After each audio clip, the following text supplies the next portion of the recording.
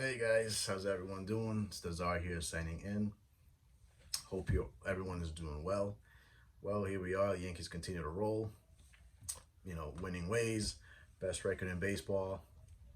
Today beating the Tigers 3-0 behind Sevy on the mound there. Just awesome. The way this team is playing lately. Obviously not a perfect team. Still a lot of holes. We know that, which I will get into a little bit later. And and yes, and I know, what I'm pretty sure, you guys and myself here, we're not expecting this from this rotation, how good it's been, how dominant it's looked, and having the second best ERA in baseball behind the Dodgers, something I just was not, I did not see coming. But here we are. You take it, right? Who would have thought Nestor Cortez right now would be pitching like a number one, like an ace, and and how about Sevy, the way he's been injured the last 2 years. He's looking a lot like his old self. We know what Jordan Montgomery is, Jameson Tyone.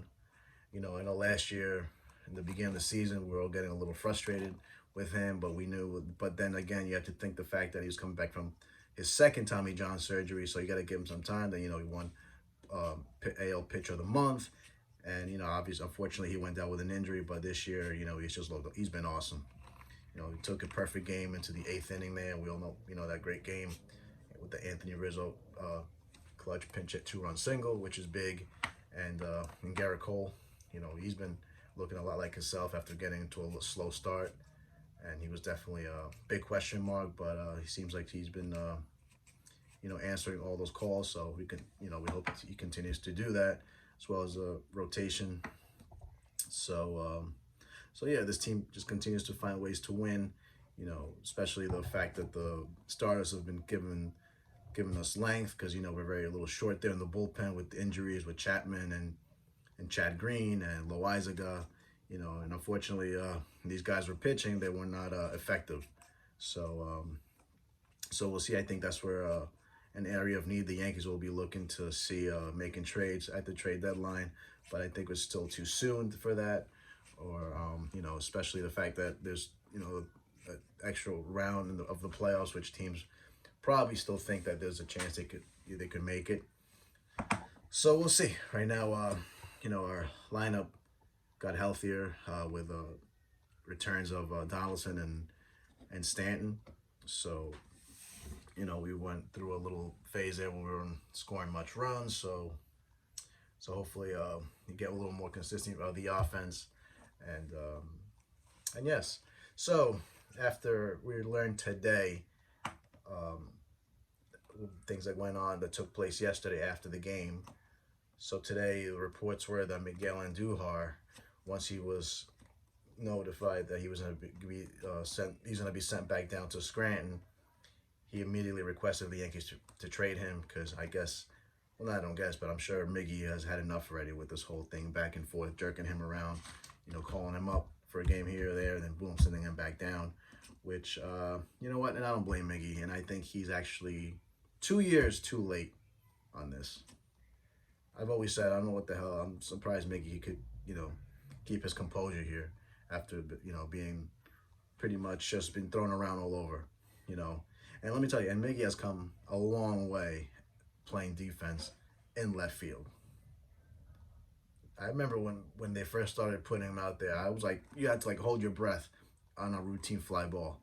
But he just looked so much more comfortable out there, much more confident. So he's come a long way. They pretty much forced him to play another position, and now all of a sudden, they just want to treat him like, okay, this guy. Yeah, and I understand he's got options and all, but I mean, you got to show the guy a little more here. Okay, he deserves a little bit more respect. You can't be just jerking him around like that. Okay, especially when you got two guys who are automatic outs and you know what they bring. And yes, they are gonna get a hit here and there. All right, but they really have not brought you much of anything this year, and on both the offensive side and defensive side.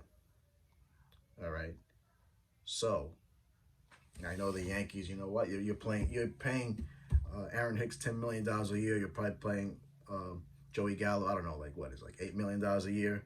And I know the Yankees don't want to just release a guy because if he's making that much money, then you know what, you got to send him out there. He's got to help you some sort of way, but they're not really helping us. I think they're actually, I mean, yeah, we're winning and all, but it is hurting the team. And you know what? There's going to be times, and we've seen it already, when this team can struggle offensively, the automatic outs.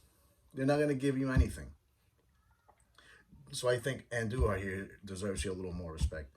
And you know what? And to see the best of Andujar in his bat, I know. Listen, I know he has not been overwhelming, great in his offense, but I think if you put him in a position or in a place where he could be an everyday player, you'll see that he will be that. He will have that bat that that run producer. He's gonna hit. You know, he's gonna be that doubles machine. But unfortunately, probably will not be here.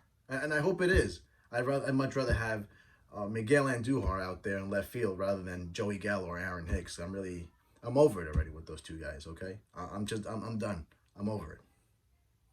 So it's really a decision Yankees have to make. I don't see them trading him. I mean, yeah, you can't release him either because guy like that we could definitely use. That's our depth right there. But I mean, I think he deserves a little bit more here than the way they're treating him. So it's and it sucks. And Miguel Andujar, I think he's finally said enough already. I think he should have done this 2 years ago. The way they were treating him, the way they were bringing him up and sending him back down like nothing. And unfortunately for Miggy, in that 2018, that great first year when they brought him up, then which he should have been the rookie of the year. Of course, they gave it to Ohtani. Why wouldn't MLB do that, right? And he got hurt in 2019, and ever since, he's just pretty much lost his starting job. Because obviously they want him no part of third base. That's where they had Gio Urshela. Yeah, okay, but I mean, they should have given him a shot in left field a lot sooner. And so yeah, that's what's going on. We'll see what's happening. I saw some reports there on Twitter that he had not reported to Scranton yet. He's got 72 hours to do so. So we'll see. I don't see the Yankees trading him right now. I hope they don't. I mean, we all know he can hit. So, like I said, I'm pretty sure all of us agree, we much rather have him play left field than the other two automatic outs. Yeah, so tomorrow the Yankees go for the sweep against the Detroit Tigers, which I don't think why they shouldn't. I mean, it's the Tigers. Yankees are much better. This is a team where you have to. This is where you get fat. This is how you pile up wins. And then they have a day off on Monday. Then off to Minnesota to face the Twinkies. We're gonna see our old friends and Gary Sanchez and Gio Urshela. So that's gonna be interesting to see. It'll be pretty cool. And so another topic I wanted to talk about was what's taking place out in Philly. A couple of days ago, Joe Girardi was shown the door as he was fired, and you guys could say, you know what, Girardi, whatever, this and that. When the Phillies first hired him, I thought it was a great hire. I thought he was going to change that whole organization around, get back to winning ways, but unfortunately, it just did not work out that way. Okay, we can say yes, it's a lot of it is on the players. It really is. But just seeing Girardi here these last couple of years, just seemed something off about him. Like it just wasn't himself. Like I don't think he just got that respect from the players, like in the clubhouse. Who knows? But just something was off with Girardi. All right, even when he managed you in his clenched fist face, it's I think the players still responded, and that just was not happening in Philly. I think we saw the best of Girardi as a manager was when the Yankees didn't make the playoffs, when they weren't expected to make the playoffs, and they were still right there, kept them above 500, and were pretty much in it in the wild card chase, right there to the very end in September. That 2013 and 14 seasons. And you can't tell me that those teams there have more talent than the Phillies team, because Yankees did not have a Bryce Harper on that team. Okay, they did not have a JT Realmuto behind the plate. They didn't have a Nick Castellanos. They didn't have a Schwarber.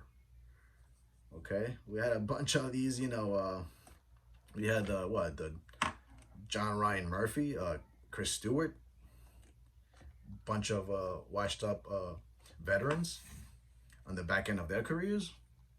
So yeah, it's something very strange here with Girardi, and just a few days before, he was fired. It's like I think he already knew it was coming. He was in his press conference, like, yeah, I know, hi, we gotta get better, this and that, yeah. Like he really knew it was coming. It was he saw the writing on the wall, and hopefully Joe, will land on his feet somewhere. You know, will he get a job this year somewhere? Probably not, but he'll come out. We'll have to wait and see next year. But this is what he is. We all know what he is. He's not gonna be a lovey, type guy with his players. Players are gonna respect him, but he's definitely not an Aaron Boone or whatever, which we all thought, Aaron Boone maybe was just too nice to his players, but shown a little different this year. So yeah, I mean, Joe, he'll land his feet somewhere, and it'll be Robbie Thompson. Robbie Thompson will be the interim manager the rest of the season. And it's funny how Robbie Thompson, I actually watched the press conference with Dave Dombrowski.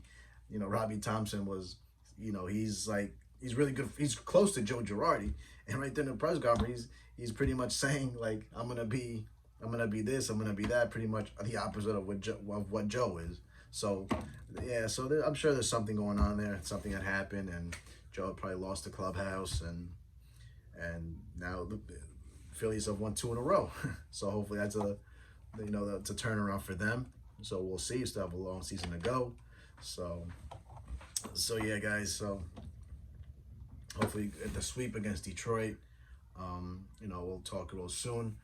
I know I've been missing out a bit here there, but it's been a little bit busy lately. So I'm always try to keep up, which I do. I just don't really come on and make videos.